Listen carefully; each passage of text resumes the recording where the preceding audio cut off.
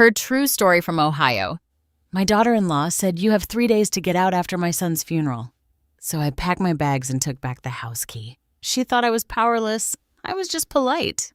What are you looking for from me? That's your suitcase? You're a burden in my house.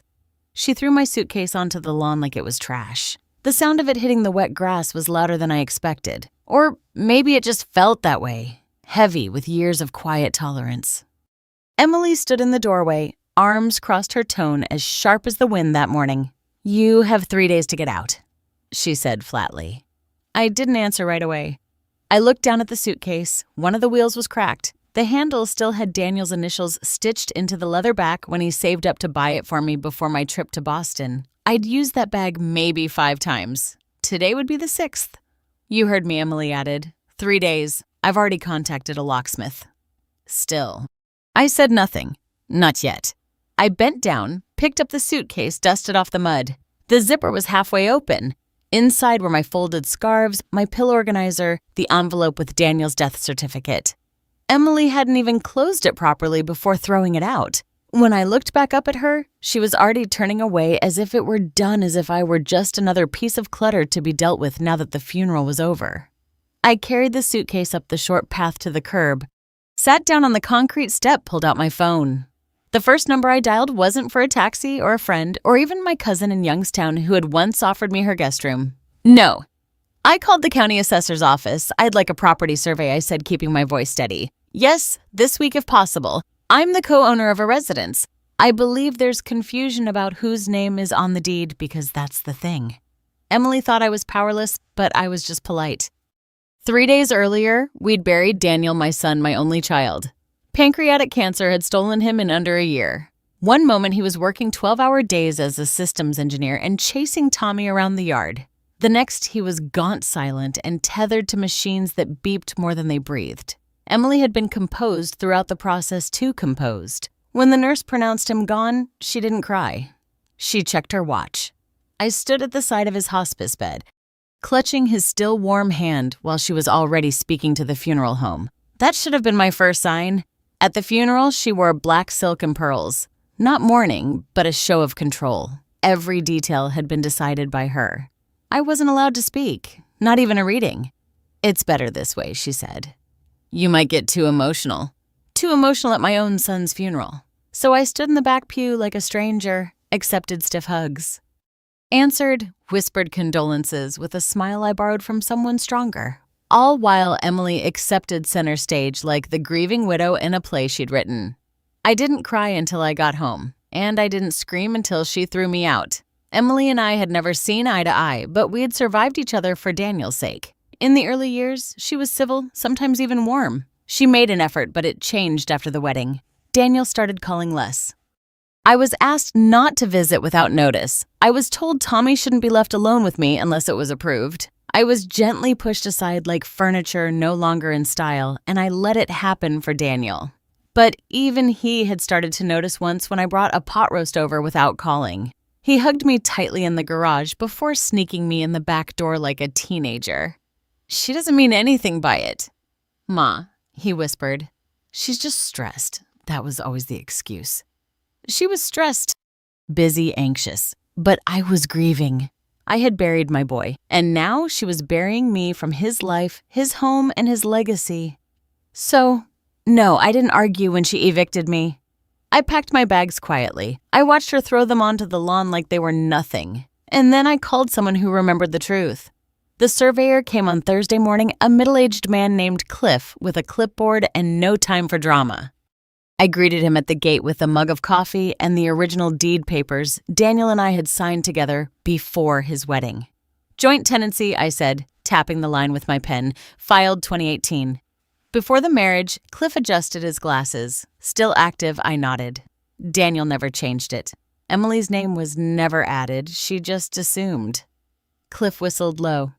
A lot of folks assume they inherit by default. He walked the perimeter, took photos notes. He'd submit the report in a few days. But we both knew the answer already. The house was half mine, and in the absence of a legal amendment or verified will, more than half. Emily hadn't asked a lawyer before tossing me out. She hadn't checked the title. She hadn't even looked in the fireproof box Daniel had once told me to keep just in case. But I had, and now her 3-day deadline had passed. I wasn't leaving. I was reclaiming. That night, as I sat in the motel room down the road, a small floral place with curtains that smelled like lavender and dust, I opened Daniel's laptop, the one he'd used in his final months, the one Emily never touched. He'd never changed the password. And inside, I found more than old photos. I found the first clue that something was deeply wrong. But that part of the story, that part, was just beginning. They say a mother always knows when her child is hungry, tired, hurting. I used to believe that until the day I realized I hadn't heard Daniel's voice, his real voice, in almost a year before he died. He was my miracle. I had him at 38, a late blessing after 5 miscarriages and 1 marriage that didn't survive them. Daniel came into the world quiet and observant the way he left it. But in between, he was the kindest boy you could ever meet. As a child, he never needed much. Books over toys, laughter over tantrums. He was my little old man. Always helping me fold laundry or read mail, trying to be the man of the house after his father passed. We were more than mother and son. We were a team, and I thought no one could come between that. Then came Emily. She wasn't loud or cruel in any obvious way. She knew how to smile for photos, how to compliment the casserole. But her eyes scanned the room like she was looking for something better than what she had. When she first came to dinner, she brought wine and a candle. I didn't drink, and I already had candles on the table. She noticed and never came empty-handed again, but always brought something. That was Emily. Sweet on the surface, but surgical in control. I remember the first Thanksgiving after they got engaged. I had made Daniel's favorite cornbread stuffing with smoked paprika just like his grandpa liked it. Emily took 1 bite and said, "Oh, it's rustic." She smiled like it was a compliment, but Daniel never touched it again. By the time they married, she had him on almond milk yoga and emotional boundaries. He started saying things like, "I don't want to talk about the past, Ma, and we need to protect our peace." Our peace, as if I were some intruder in the house. I helped him by. He used to call me every Sunday, then every other Sunday, then let's just text okay. And I let it happen.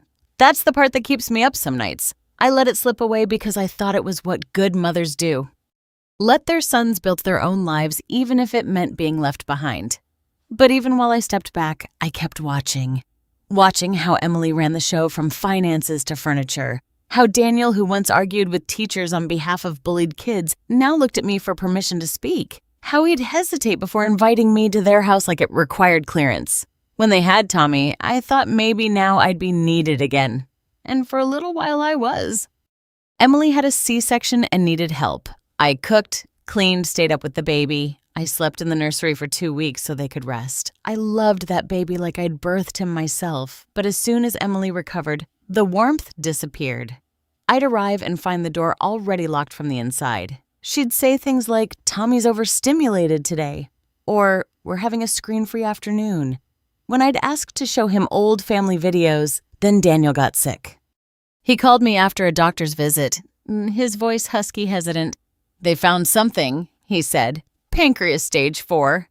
I didn't know what to say. I stood in the kitchen with a dish towel in one hand and a potato in the other, frozen. "Oh, baby," I whispered. He didn't cry. Daniel never cried, but I did. After the call ended, I sat on the floor and wept into that towel like it could erase the truth. I moved in a week later into the guest room. I offered to pay rent. Emily waved me off, but not with kindness, more like dismissal. "Just don't make extra work for me," she said. "We have a nurse coming twice a week." She meant well, I told myself. Stress does strange things to people. But as the months wore on, I noticed patterns. She never took notes at the doctor's visits, always said, "It's too much for Daniel to hear the details." But Daniel never asked for the details. He just nodded, numbly trusting. One day I asked him, "Do you know what the latest scans say?" He looked at me with tired eyes. "I don't ask, Ma. Emily says I should just focus on feeling good," but he wasn't feeling good. He was shrinking, suffering, dying. I tried to bring up alternative treatments once. Emily shot it down instantly. "We're following the doctor's plan. Let's not confuse him with false hope." False hope. That phrase rang in my ears for days. Not let's stay positive. Not whatever helps. No false hope like she wanted him resigned quiet. And Daniel became exactly that. In the final weeks, he barely spoke.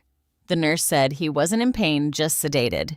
Emily said he didn't want visitors, but once I snuck into his room at night, he was awake, eyes glassy, fingers twitching. I held his hand and said, "It's okay, baby. I'm here." His lips moved barely a whisper. I leaned in. That's all he said. Then his eyes closed. It wasn't peace. It was surrender. At the funeral, Emily wore black silk and a blank face. She read a prepared statement about how Daniel was a light in her life and her calm in the storm. Not a word about me, not a mention of his childhood or who he was before he met her. I was placed at the back, told the family area was limited seating. Emily's parents were front and center. I left early. Back home, I found his baby shoes in a memory box. The tiny pair of blue booties I saved from the hospital. And for the first time in years, I didn't just cry. I raged quietly inside. Because this wasn't just loss, it was eraser. And I had a feeling deep in my bones that Daniel didn't just fade away. He was helped. Not by me. By the woman who now held his house, his child, and his name. But not for long. Grief doesn't walk in a straight line. It loops. It crawls back in the middle of the night, taps on your shoulder while you're doing dishes, whispers in the silence between commercials. After Daniel's funeral, my grief didn't howl. It itched like something unfinished, something unjust. Emily had tossed me out of their home like a houseguest who overstayed her welcome. She gave me 3 days. 3, not out of urgency, but authority, as if it had always been her house, her life, her husband. But she forgot one thing. Daniel never changed his passwords. Not the one for his laptop, not the one for the cloud storage I helped him set up years ago. He never gave them to Emily. She's not great with tech. He'd said, "You know how she gets when the printer jams." So on the night I moved back to my own place, the one-bedroom rental above the florist shop, I pulled out Daniel's old MacBook. The screen was cracked, the charger frayed, but it turned on. The password Spaghetti 1994. His favorite meal, the year he won the science fair. I felt my throat tighten. He hadn't changed a thing. Inside, I found folders, tax documents, emails, old music files, then a subfolder labeled Cambridge. That's where he'd kept everything from the last few months of his life. Scans, prescriptions, insurance letters. But one file caught my eye. Emily_trips_2023G J. I clicked it, and there she was. Emily laughing, head tilted back, one arm wrapped around a man I didn't recognize. They stood on a beach, sun setting behind them. He was tan fit, mid-30s maybe. She was wearing a red one-piece swimsuit, the same one she had on a week before Daniel died. I remembered because she came home from a weekend at the spa with her cousin. But this wasn't a spa, and that man wasn't family. My hands began to tremble. I scrolled more photos. Emily in a robe on a hotel balcony. Emily sipping champagne. Emily holding the man's hand. The timestamps were brutal. April 3rd, Daniel was in hospice vomiting daily. April 4th, Emily was kissing a man on a boat. April 5th, Daniel's breathing began to slow. April 6th, Emily was back home dressed in black. Standing beside me at the funeral planning and smiling in the photos. Smiling, I backed away from the screen. The chair creaked. My stomach turned. I should have felt rage, but I felt something worse. Recognition. All those nights Emily claimed to be stepping out to clear her head. The missed hospice visits, the late returns smelling of citrus and sweat. I had explained it away as stress as her coping mechanism. But the truth had been there in front of me, pixel by pixel. She wasn't grieving. She was free. And Daniel, he'd never known. Or maybe he had, but didn't have the strength to speak it. I opened the email archive, typed in the name I found from one of the photo tags, Jonathan Lynn. Nothing from Daniel, but I switched to Emily's name. Dozens of messages forwarded from her to Daniel. Clipped in personal medical. No warmth, no signatures. But then I checked the sent folder. Daniel had drafted a message 2 weeks before he passed.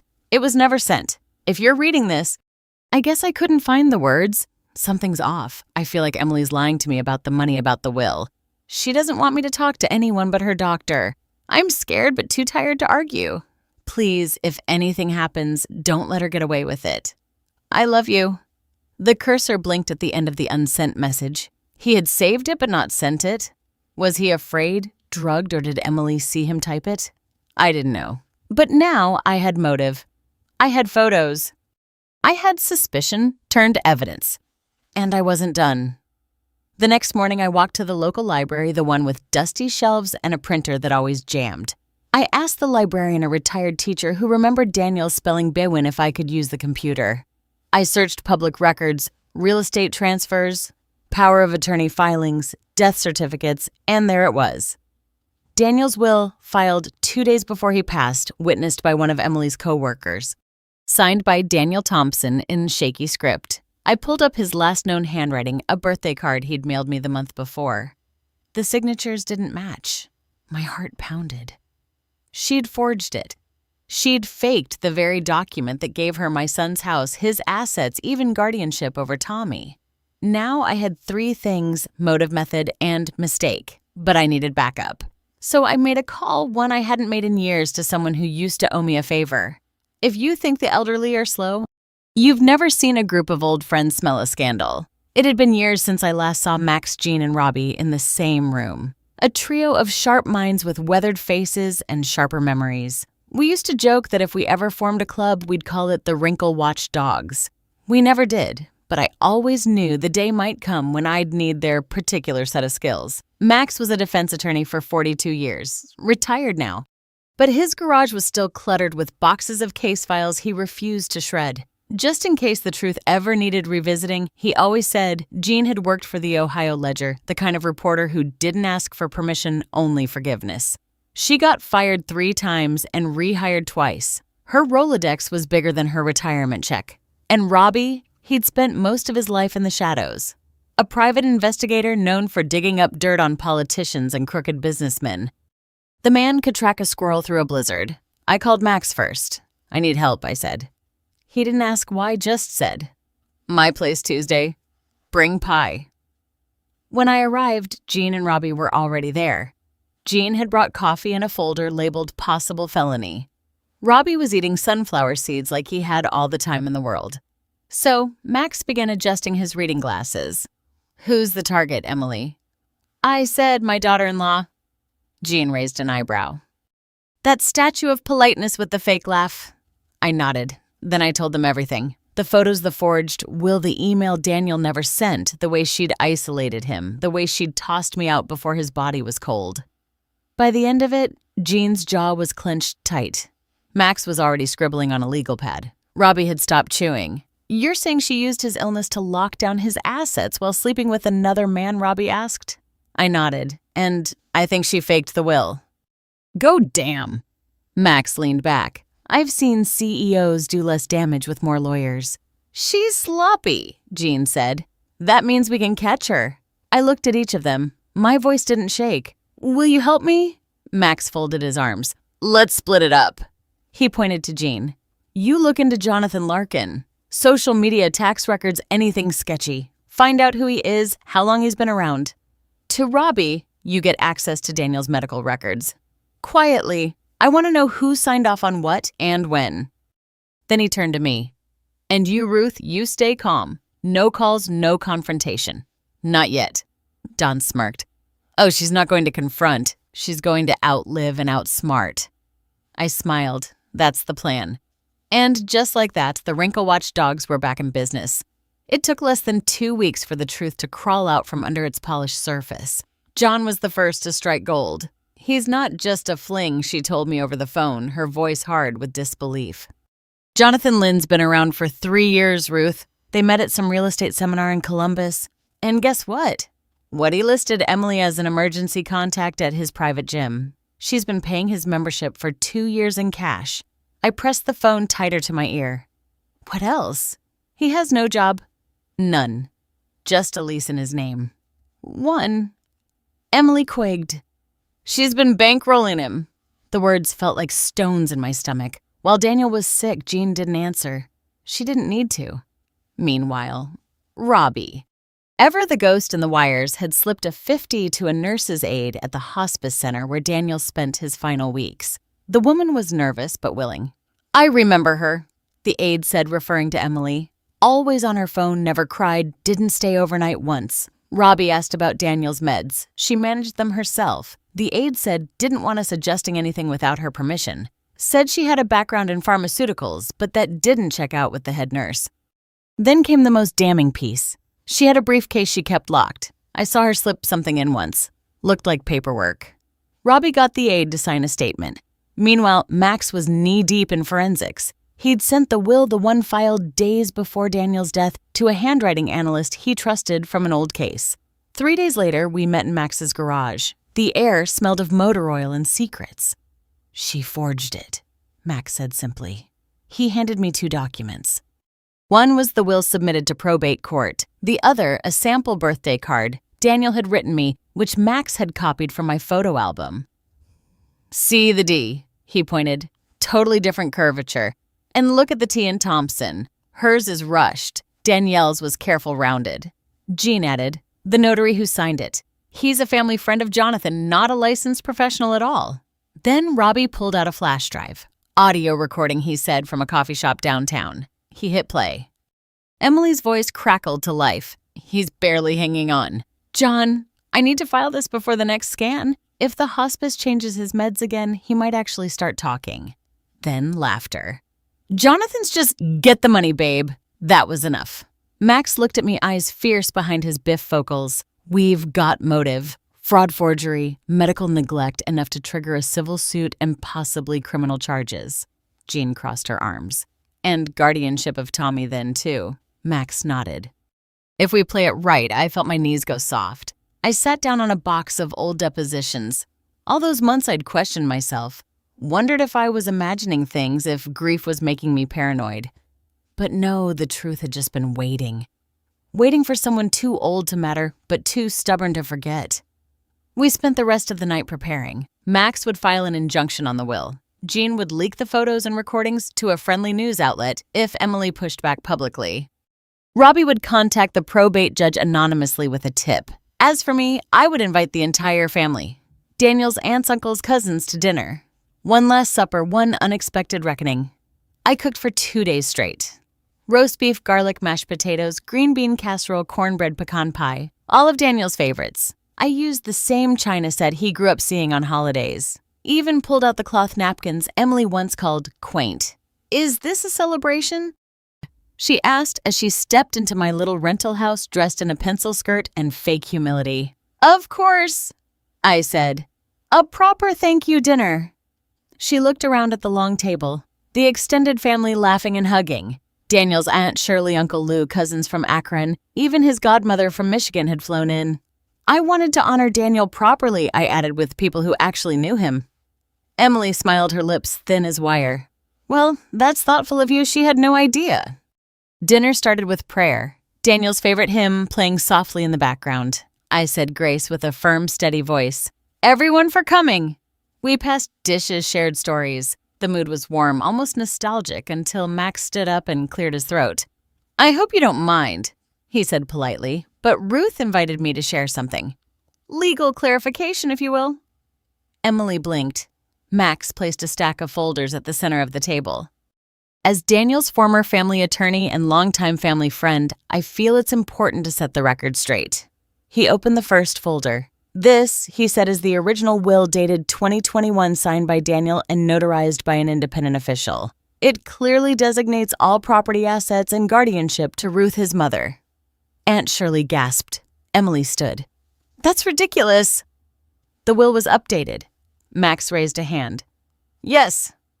"And this," he held up a second document, "is the forged version submitted by you." He looked her dead in the eyes. Signed during a time when Daniel was heavily medicated and barely lucid, notarized by someone with direct ties to Jonathan Larkin. Emily's eyes widened. "I don't know who that is." Jean stood up next. "Funny because here you are with him on a yacht in Myrtle Beach while your husband was dying." She dropped a stack of printed photos on the table. Gasps echoed around the room. Emily's mother, sitting at the far end, covered her mouth. "Wait," Uncle Lou squinted. "Is that the same week as the hospice Robbie stood?" "Yes. April 4th. Daniel's records show a severe decline in organ function that very day. Emily told staff she was visiting family, but she was with Jonathan." Emily backed away from the table. This is slander, she said. No, I said quietly, standing now. It's truth. I walked around the table and placed a sealed envelope in the center. This is a letter Daniel typed 2 weeks before he passed. It was never sent. He was too weak, but he saved it in his email. I opened it and read aloud. If you're reading this, I guess I couldn't find the words. Something's off. I feel like Emily's lying to me about the money, about the will. She doesn't want me to talk to anyone but her doctor. I'm scared but too tired to argue. Please, if anything happens, don't let her get away with it. Love you. There was silence. Then Aunt Shirley sobbed into her napkin. Emily's face twisted. Fury and fear colliding. You can't prove, Max interrupted. We already have the handwriting expert's report confirms forgery. The witness isn't a notary, and the account linked to the hospice payments drained days before Daniel's death into an account under your name. Jean added softly. And there's a recording, Emily, of you and Jonathan planning it all. Emily staggered back, her chair toppled behind her. She looked around, eyes darting as if someone might still defend her. No one did, not even her own mother. It's not what it looks like, she whispered. But it was. It was exactly what it looked like. A woman who had seen a dying man not as a husband, but as a hurdle. I stepped forward, held up a photo of Daniel holding Tommy as a baby, both of them smiling at me. You tried to erase me, Emily, but Daniel knew who I was, and now so does everyone else. That was the moment it broke. The illusion. The performance, the mask. Emily didn't. She fled, grabbed her purse, slammed the door, tires squealing down the street. No one chased her. No one even moved. Just silence. And a table full of people finally seeing clearly. Max turned to me. We'll file first thing Monday. Probate court will freeze her access. You'll get back the house, the money, and we'll petition for Tommy. I nodded slowly, but I wasn't thinking about the house. I was thinking about the quiet boy who used to fall asleep on my chest during thunderstorms and how tonight his voice had finally been heard. The courtroom smelled of old wood paper and the faint trace of perfume, Emily's, no doubt. She sat at the defendant's table, her hair perfectly curled, her blazer tailored, but her eyes were wild. She looked like a woman clinging to the last plank of a sinking ship. I sat across the aisle with Max, Jean, and Robbie behind me. They didn't speak. They didn't need to. Their presence was enough. The judge, a no-nonsense woman named Pearson, shuffled through our case files with tired hands but alert eyes. We're here to determine the legitimacy of the amended will filed under Daniel Thompson, she said, and to examine the subsequent transfer of assets as well as guardianship over the minor child, Thomas Thompson. Max stood with quiet command. He laid it all out. The forged signature, the fake notary, the money trail to Jonathan Larkin, the audio recording the photos. Jean's article had already hit the local press that morning. Emily was infamous by lunch. Then, Max handed over Daniel's unsent email. This, he said, is the voice of a dying man and the last plea of a son who knew something was terribly wrong. Emily's lawyer, a frantic young man who looked like he was regretting every life choice, tried to object, stall, redirect, but the judge saw through it all. After hours of testimony and silence and the click of evidence being passed between hands, Judge Pearson leaned back and sighed. Emily Thompson, she said. This court finds sufficient evidence of will forgery, financial fraud, and deliberate misrepresentation to the probate system. The amended will is nullified. Emily's jaw dropped. Furthermore, the judge continued, given the unethical behavior, emotional manipulation, and documented neglect, you are hereby stripped of primary custody of Thomas Thompson. A gasp rippled through the room. Full guardianship, the judge said. Turning to me, is granted to Ruth Thompson, the child's paternal grandmother. I didn't cry. Not yet. My hands were clasped tightly in my lap, fingers trembling. You are also awarded full ownership of the estate and remaining financial accounts under Daniel Thompson's name, the judge added. Emily stood suddenly. This is a setup. She's manipulating everyone. I'm his wife. You were his wife, the judge corrected. And he was your victim. Emily's breath hitched, her hands clenched at her sides. You can't take my son. But the judge had already struck the gavel. It was done. Emily screamed. Not words, just raw guttural sound, like a woman who had finally realized the curtain had fallen and the spotlight was gone. She turned toward me. I loved him. She spat. You just poisoned him against me. I stood slowly, looked her dead in the eye. You did that yourself. Emily crumbled. She wept into her hands, then ran from the courtroom like a child caught stealing. No shoes, no bag, no plan. Just disgrace. She left town that week. No forwarding address, no custody appeal, just silence, which for the first time in her life might have been her most honest sound. The house was smaller than I remembered. Funny how that works. Grief makes everything feel bigger. The walls, the silence, the shadow left behind. But now, with the truth aired and the storm past, the house had shrunk back into what it once was a home. I unlocked the front door with the original brass key, the same one I'd carried on a ribbon in my purse for years. The lock turned without resistance. For the first time in a long while, I stepped into my son's house without feeling like a trespasser. Boxes lined the living room. Emily hadn't taken much, only what she could carry in one trip. The furniture was still there. So was Daniel's jacket on the coat hook and Tommy's toy car under the couch. But the energy had changed. It no longer belonged to a lie. It belonged to memory, to honesty, to Daniel. I started in the kitchen. That same kitchen where Emily once told me, you don't need to cook. We have professionals for that. Now where she took my homemade pies and replaced them with store-bought tarts where she accidentally forgot to invite me to family dinners. Now I wiped the counters clean, scrubbed the sink until it gleamed, lined the drawers with new paper. I opened the windows, let the air rush in like a baptism. I brewed tea chamomile just the way Daniel liked it. The kettle whistled softly, a quiet hum that filled the space without demanding attention. Tommy was upstairs napping, his small body stretched across Daniel's old bed, his thumb tucked into his palm. He didn't ask for his mother, not once. Children are wiser than we give them credit for. He knew, after all. He'd seen the truth before the rest of us. The bruises on Daniel's spirit, the absence of warmth, the hollow S behind Emily's smile. But now he smiled in his sleep. That was enough for me.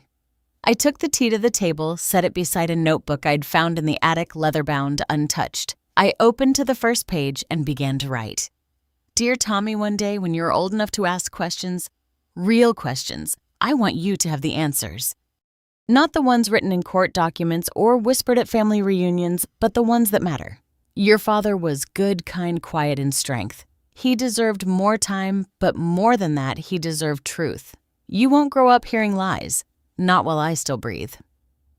I paused, took a sip of tea. The steam warmed my cheeks. I don't need you to avenge him. I've done that in the only way I knew how. With patience proof and the stubbornness of a mother who remembers every bedtime story, every skinned knee, every time he said I love you, like it was the first time. All I want is this. For you to know that in every generation, someone must hold on to the truth. Even if their hands shake, even if they're told they're too old, too soft, too polite, one person must guard the memory. In our family, Tommy, that person is me. And someday, maybe it will be you. I signed it. Love, Grandma. Folded the letter, placed it in the notebook, tied a red ribbon around it, and slid it into the drawer beside the tea. The sun had begun to rise. I walked to the front door, opened it just enough to let the morning in. A soft breeze carried the scent of cut grass and something else, something clean, like forgiveness. I looked back at the table, the tea still steaming the chair where Daniel used to sit, the light falling across the floor in long golden stripes, and I closed the door slowly, not to shut out the past, but to begin again quietly on my terms. If you've ever been silenced, if you've ever been dismissed, forgotten, or made to feel like you were just a mother, just a grandmother, know this. Your story matters because the truth doesn't expire. Justice doesn't always come with a gavel. Sometimes it comes with a letter, a memory, a woman who remembers exactly what happened and chooses to speak. Where silence becomes strength and revenge comes with tea and time. Don't forget to subscribe and join a community where the quietest woman in the room finally gets to be heard. Because when a grandma speaks, the world listens.